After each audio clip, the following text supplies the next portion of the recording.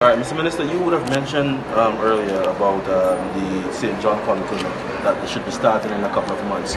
Do you have a focus in mind as to narrow it down to us like a time frame still when you are hoping that you get the facility up and running? Well, after this experience here with Vincent Scott, I think it would be prudent for me not to give a time frame until we have everything in place. But obviously, it is going to depend to a large extent on when we're able to acquire the human resources, particularly nurses. Okay.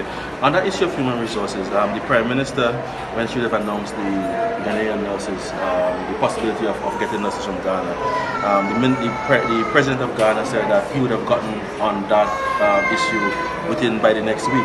Is there an update that you can give us as to how that is going, that recruitment process is going? He had indicated within a 2-week period. I'm not too sure because the Prime Minister was out of the country on government business for a bit, and I have not been able to communicate or to meet with her as yet. But I can tell you from our end, we have started preparations in terms of putting the team together that will be going to Ghana. And it is going to be a team comprising staff from the Queen Elizabeth Hospital as well as from the Ministry of Health and Wellness.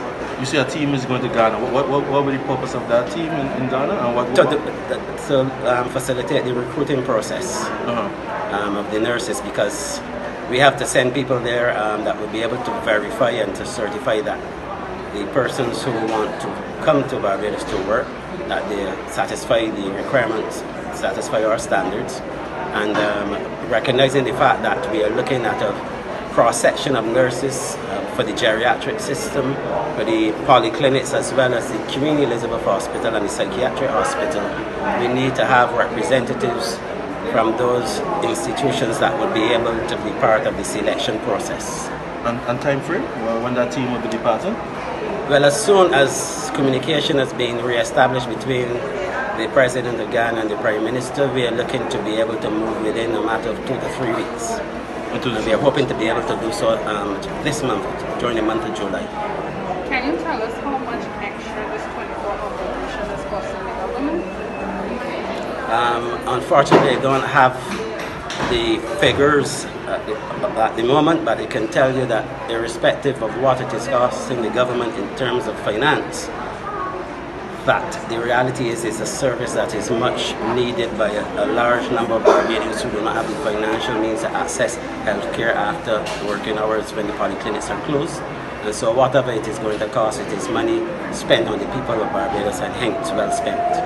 Is there any updates on the security issues here that St. Scott have those been ironed out now that the scanners have been put in place? Those issues were ironed out quite some time ago. In fact, this polyclinic is perhaps I don't want the people at the QA to feel badly, but this is very well secured. Not only in terms of electronic security and human or man security, but also some protocols that we have in place with the Royal Barbados Police Force in the unlikely event that we have to respond to an incident here. But we are very happy with what we've been able to do here, and I think the staff, they are also satisfied with the arrangements that have been put in place. What about the decentralization of the ambulance service?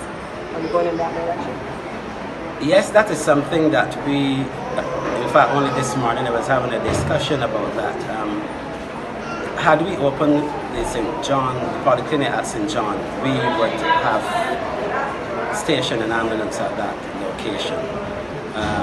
There was an ambulance at our fire station, but that was removed because the fire station was having some renovations and so on. But that ambulance is back there now. And now is the time ready to look at and to see how best we can utilize the ambulance service, and there will be some decentralization.